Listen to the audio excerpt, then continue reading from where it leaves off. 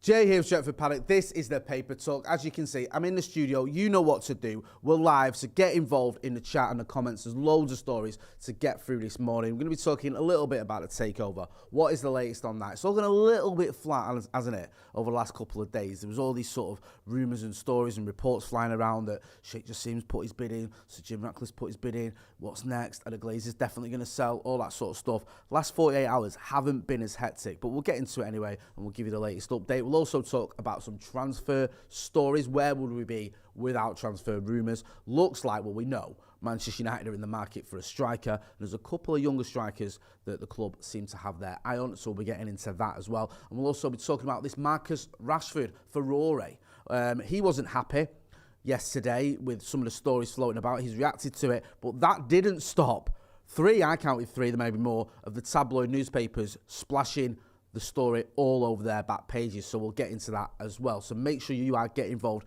in the chat and the comments. And we're talking about United players spending too much time on Twitter. I can't imagine that. I can't imagine ever spending too much time on Twitter. Loads of people in the comments already. Danny Inns, Brian Casey, Santa Notch, Lewis Drury, Never Homer, Mr. Happy, Flashburn 52, Dale Gibson, James Cullen, Malcolm Campbell, Cosmic Caffeine, I like that name, Cosmic Caffeine in the chat as well. Should we talk about this story with Harry Maguire spending too much time on the old Twitter? So this was a story that I saw in the Metro, and this was basically saying that Harry Maguire too concerned with checking social media after Manchester United matches. Now, the first red flag on this story that comes up for me is the fact it's written by Metro Sport reporter. Is that AI? What's that? I'm always a bit wary when I see stories that aren't attributed to any reporter, any writer, or any journalist. It's just, the news desk or reporter or the sports team. It feels a little bit like it's a get out of jail free card where everyone can go, well, I didn't write it, so if it's nonsense, don't look at me. So that's one where I go, okay, do we have to take this with a pinch of salt? Now, it goes on to say in the article, Harry Maguire is too concerned with checking social media after Manchester United matches, despite the club telling him to stay away from Twitter. The heavily criticised defender has lost his starting spot. We know all that. And it says, despite his obvious talent, the criticism has left Maguire low on confidence, and ESPN say he can be too focused on social media criticism after matches. Now, I couldn't find this as a headline anywhere. I think this is sort of in an article somewhere in ESPN. It does seem a little bit like conjecture here. Maybe people looking at it and thinking, okay, it's obvious that he does check social media because we've seen some reactions in the past with certain stuff. He's getting pelters on social media. Maybe, it is time for him to roll back a little bit. I do feel a little bit for Harry Maguire. I do feel he gets overly criticised at times, but certain comments he makes and certain actions he does don't often help his cause. And I think that when you are at Manchester United and you are struggling a little bit, it's almost impossible at times to sort of push back and to change public opinion unless you're playing really well. That's the only way to do it. And if he hasn't been doing that, then reacting in interviews or on socials or whatever isn't going to sort of quieten the noise. And I know he did an interview recently where he said he's got nothing to prove, and I know that got a bit of backlash because people go, well, you're not even a starting player for Manchester United. How can you say that? And he was talking about the fact, he's got over 50 caps for his country and he's played over 200 games, whatever it is, for Manchester United. Or 100, I can't remember the exact figure, but he's played a lot of games for Manchester United anyway.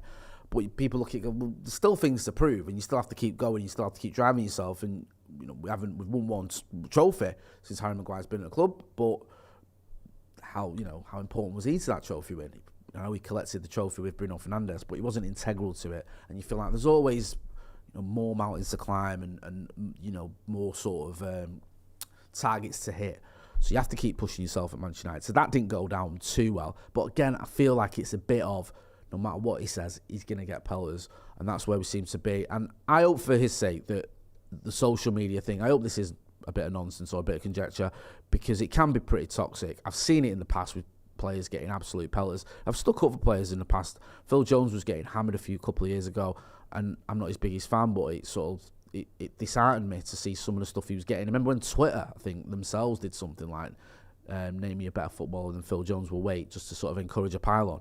And you think sometimes it can get a bit much. There was was it Ryanair with Jadon Sancho, I think, or one of the flight companies, I can't remember which one, saying when Jadon Sancho didn't get picked for the England squad, don't worry, we still do cheap flights or whatever. And you think sometimes stuff like that can be a bit much. But if you're not playing well for Manchester United, you are the club captain, you are going to get stick, you are going to get criticised. And to a certain degree, that's fine. I don't think there's anything wrong with criticising players that don't perform to the levels we expect. Sometimes, though, it does cross the line, and I think you'd be better off just avoiding that noise. It's not nice to tell people, don't go on social media. I'm a bit loath to do it because I feel like everyone's got the right to go on social media, to interact with people. And also, it's a good way for fans to, not just the ones giving people grief, but to fans to interact with players as well, and players to interact with fans. But if it's hurting you and it's harming you and you're getting into that zone where you're sort of checking your phone after the game or whatever, you're probably better off taking a step back. Dale Gibson, Malcolm Campbell, I think I might have read these actually, sorry. Emma Kay says, do a Sancho then and get off the socials. Sancho took himself off socials, didn't he? Took himself off Twitter. Hamish Morrison, thanks for this, says, Jay Robson from ESPN wrote something similar, that James Robson, so that's where that's come from. Jonas Loic says, protest must continue against Glazer Jay. I hope you're not calling me Glazer Jay. I hate the Glazers. I think the parasites. But I get what you're saying there. The process must continue. I wholeheartedly agree. I think the goal has always been to get the Glazers out. We're not there yet, so I don't think we should just sort of sit back and say it's all done now. Especially when you get these little rumours, don't you, sometimes, that they might be looking at a way to keep the club. I don't think that's going to happen, but it does worry you, doesn't it? Solo in the chat says, good morning, Jay. It's time the Glazers give us our club back. Great to see Solo from the United Agenda. Always good chatting to him. Should we talk about some transfer rumours? Because Manchester United apparently are looking at a couple of younger strikers. I think this has come from Manchester Evening News. You can see it there. Manchester United keeping tabs on strikers Rasmus Hojlund and Randall Kolo Muani. Goes on to say there, the Manchester Evening News revealed 3 weeks ago that Tottenham talisman Harry Kane is United manager Erik ten Hag's prime striker target. We know the difficulties with trying to sign Harry Kane. Me and Joe spoke about this last night on Paddock Live. It's going to cost a lot of money. He will be 30 by the time he comes to Old Trafford, if indeed he does come. Daniel Levy is a savvy operator. He isn't going to let him go on the cheap. And then there's other questions about, should you be paying that much for a 30-year-old? Will he even come? Is he already sort of in that mindset of, I'm just going to see out my career at Spurs and be this sort of, Spurs and England legend, rather than worrying about winning trophies? Because I think he's got a better chance of winning trophies at Manchester United, but like the be-all and end-all for him, I'm not so sure. Anyway, goes on to say there about the fact that we're in for Eintracht Frankfurt striker Randall Kolo Muani and Atalanta goal scorer Rasmus Hojlund. Should they be priced out of a move for Harry Kane? Says France international Muani, 24 years old, has scored 16 goals in 35 appearances for Eintracht this season and started in France's European Championship qualifying wins over the Netherlands and the Republic of Ireland over last week. Muani only joined Eintracht last year and his resale value is especially high as he's under contract till 2027. It says the club are sixth in the Bundesliga. It then talks about Hojlund, also transferred clubs last year and plundered a hat-trick on his full debut for Denmark against Finland last week. Hojlund tallied 2 more goals in Denmark's surprising 3-2 defeat to Kazakhstan on Sunday. So both of these strikers getting a lot of noise around him, and it seems United are looking at him as other options should we not get Kane. Now, there are other options as well other than these two. There's also Victor Osimhen. We've been heavily linked with him. There was a slight link, and I say slight, with Ivan Toney. I think that was more fan-led than anything concrete that I saw. But there's a few strikers floating about there that have been linked with a move to Manchester United. We know we need a striker. It's as sure as the day is long. Listen, I love Marcus Rashford, but I think he's best on the left. Wout Weghorst, I actually like the kid, but 2 goals in 19 appearances, you can't hang your hat on him, as Roy Keane would say, as a striker to lead Manchester United into a title charge next season, which is what we should be doing. Then, of course, you've got Anthony Martial, who's barely played this season. And I think if you just take the season aside, when you look at Martial over the course of his career at Manchester United, he's done okay, he's done quite well, but he's been very much in fits and starts. He's had some very, very good seasons, and he's had some seasons where he's underperformed. And I think this season, for me, similarly to Marcus Rashford, I think this season was the one where he proved to the manager what you're about. And he hasn't really played, has he? And it's not his fault he's got injured, but he still got injured. And you think, can you go into next season with him as your main striker? I don't think you can. I genuinely don't. And I think it might be time to bring in someone who you can rely on, who is going to lead the line and is going to play football matches, because you look at Anthony Martial's record of appearances this season, it's pretty woeful. And it's a real concern that without Marcus scoring, where are the goals coming from? We need a striker who can come in here, wear that number 9 shirt and get goals for Manchester United. Now, Harry Kane expects to do that, Victor Osimhen expects to do that, and the 2 youngsters we've been linked with potentially could do it. They're having very good seasons. It depends on who United are going for in the summer other than a striker. Are we still in for Frankie de Jong? Do we need 120 million or whatever it is, or 84 million, sorry, I should say, not 120, 80 odd million for him? Does that take budget away from your striker? Are we in for a goalkeeper? That's another story I'm going to get to in a minute. So when you're looking at, you're balancing it, have we got a big chunk of change to go for a striker, or do we need to sort of pull back a little bit, cut our cloth accordingly, and maybe get a younger up-and-coming striker for a bit cheaper? Get involved in the chat in the comments and let us know what you think. Benho says, morning Jay, evening from Hong Kong, evening. Brenaldinho says, Osimhen is the way to go. Andrew A says, I'd rather take a punt on 2 30 million strikers than spunk 100 million on someone who may not work.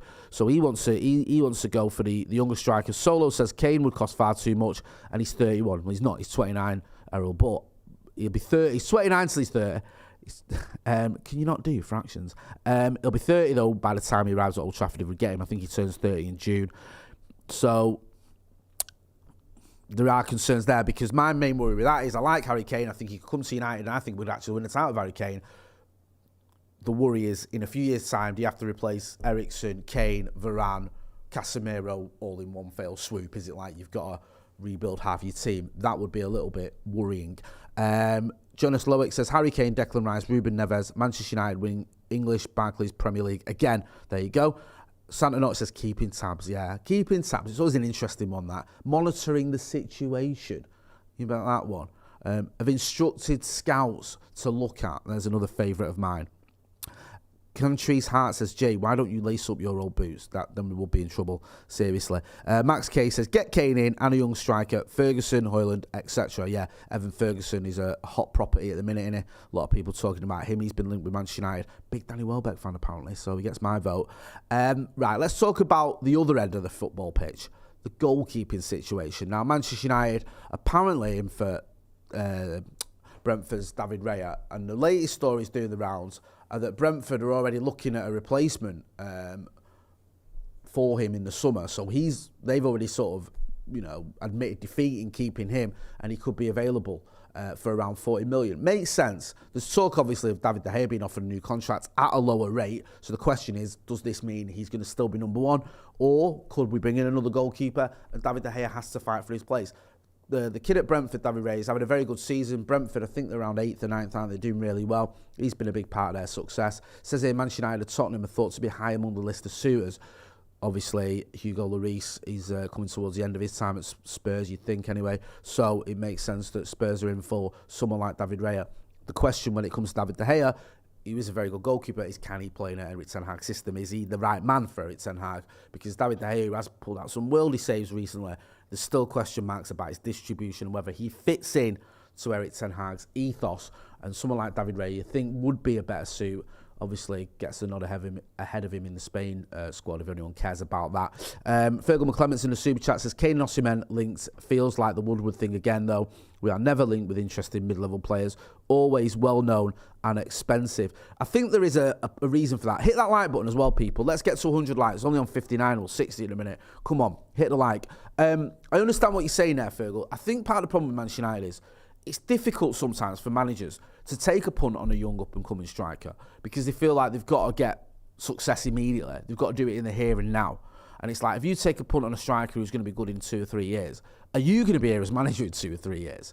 Maybe not. Well, probably not if you look at our track record post to Alex Ferguson. Now, maybe Erik ten Hag's different. Maybe he can be a little bit more long-term.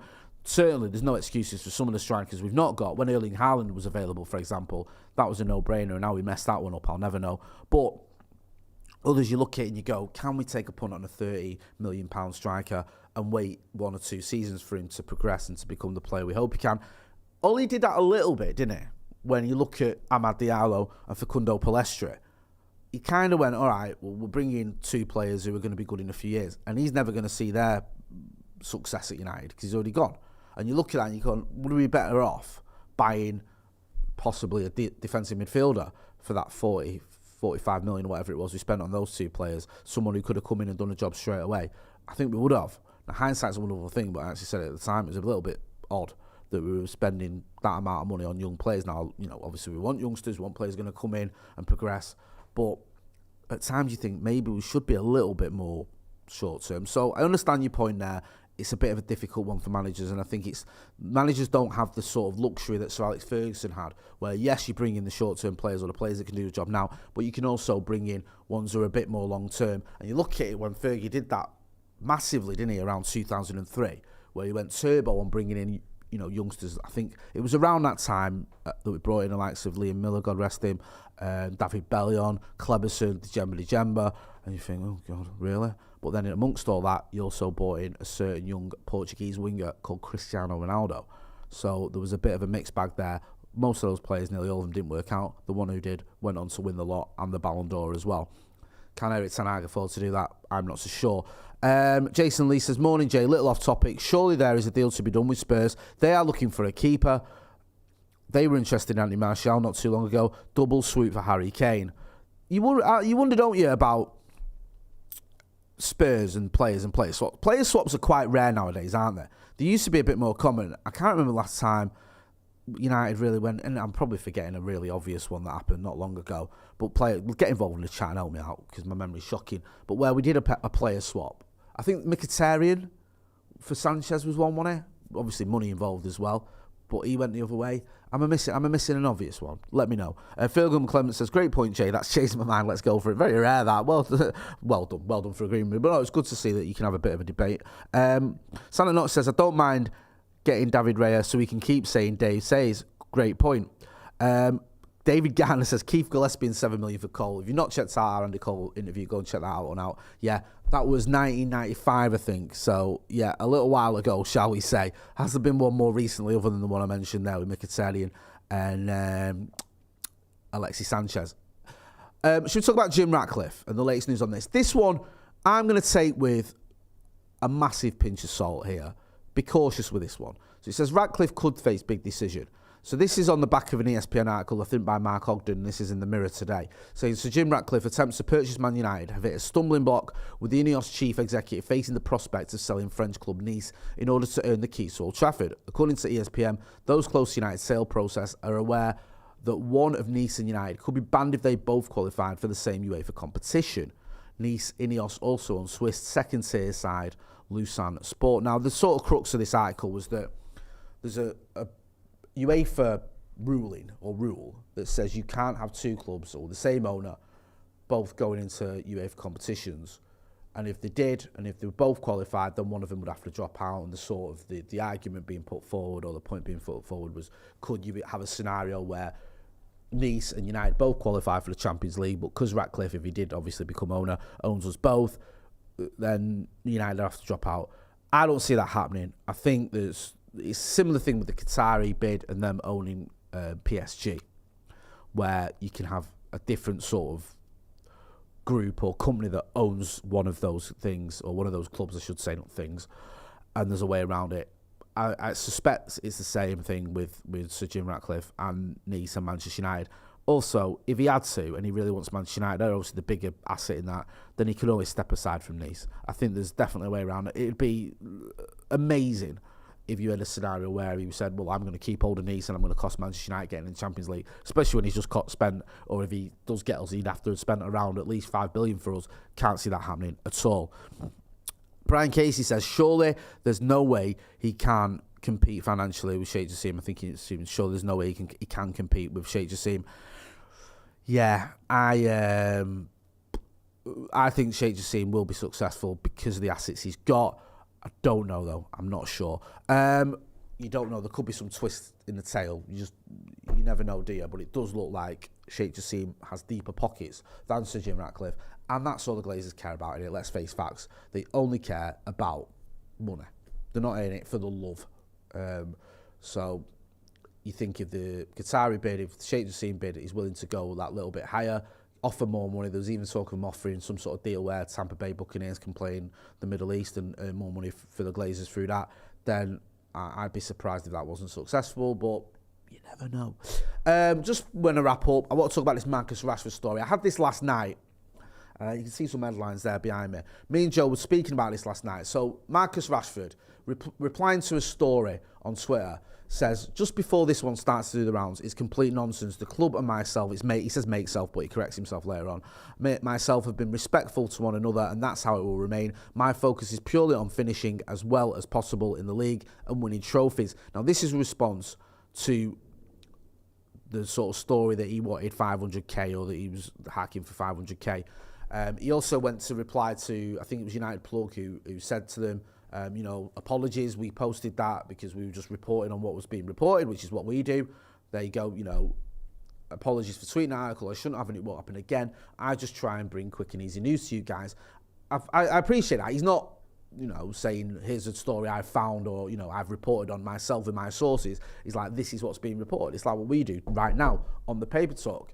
Marcus Rashford, fair play to him, says no problem at all. I was a little annoyed when I saw it. When I saw it, hence the reason for the typo. But I know you are not to blame. I'm glad he sort of replied, and you don't want sort of people feeling like one of the players is, having to go at him for something that they've not really done. I don't really blame these aggregate accounts for just aggregating stuff. I know some of them can sort of nick entire articles and stuff, but sort of reporting on what's being reported, there's nothing in that. Anyway, despite that for Marcus Rashford, every back page, and I think they'd already gone to print, well, nearly every back page in the tabloids, went with the story that he wanted 500 or he wants 500k a week, despite, him saying that is nonsense. Now, I don't know where Marcus is up to with his his contract negotiations. It does seem like they're not talking about it in a minute. Like what he's saying, there's no discussions going on. The focus at the minute is just doing as well as he can for Manchester United, and then they can deal with the contract later. So where this has come from, where they're getting this from, Jeremy Cross, I think it was in the Star. You can make your own mind up as to how reliable you believe he is, but it did seem a little bit odd that he's the one that's got all this information. He knows everything no one else does. Marcus has already said it's not true. Personally, I believe Marcus Rashford, I'll be honest with you. Now, you might say, he's going to say that, though, because he doesn't want to look like he's being greedy. But to come out and say this, quite emphatically, there's been no other reporters saying that Marcus Rashford is having these transfer negotiations and he wants 500k a week or that he's making these demands. None that I've seen anyway. It just seems that you've got this one reporter saying it. Marcus Rashford has come out and said, this isn't true. This is, it's a load of nonsense. And then almost every back page goes with a story saying that Marcus Rashford, Marcus Cashford, he wants all these demands. He's asking for big mega bucks. This is the second time in a short space of days that Marcus Rashford has been on the back pages. He was on the back pages when he went to New York with his missus for a break because he didn't play for England because he had an injury. Now he's on the back pages again for wanting this contract extension that he apparently hasn't even asked for anyway. It just seems like the papers love to get on Marcus's case, and even when he says this isn't true, even when in the case with Gareth Southgate comes out and said I ain't got a problem with him going away to New York, despite the fact he kind of insinuated it wasn't great a few days earlier, we still see all these stories about Marcus Rashford, and it does get a little bit tiring. It really does, especially when you see players coming out and saying these stories aren't true. What more are players meant to do? You can call it out and say it's not true, and papers run with it anyway. It must be really deflating if you're Marcus Rashford, you're a footballer, and you're going, look, this story's come out, it's a load of rubbish. I'm calling it out, saying it's a load of rubbish, and the papers run with it anyway. What's the point? It really sort of annoys me when you see this sort of thing. And we know with Marcus Rashford and with Manchester United, you're always going to sell more papers. It's a common factor. Everyone agrees on that. Put Marcus or you put Manchester United in your headline or on your back page, people are going to more likely to click on it or more likely to buy it. And that's part of the reason that it happens, even when the story doesn't get stood up, even when the story gets dismissed and almost gets disproven by the player involved, a lot of papers still run with it, and it is slightly deflating and annoying. And I hope that Marcus continues to call out these stories if they're not true, because he's every right to do that. And hopefully, maybe one day, who knows, we'll live in a magical, wonderful world where newspapers actually listen to what's being said and take players on face value when they say this story isn't true, rather than just going with it anyway.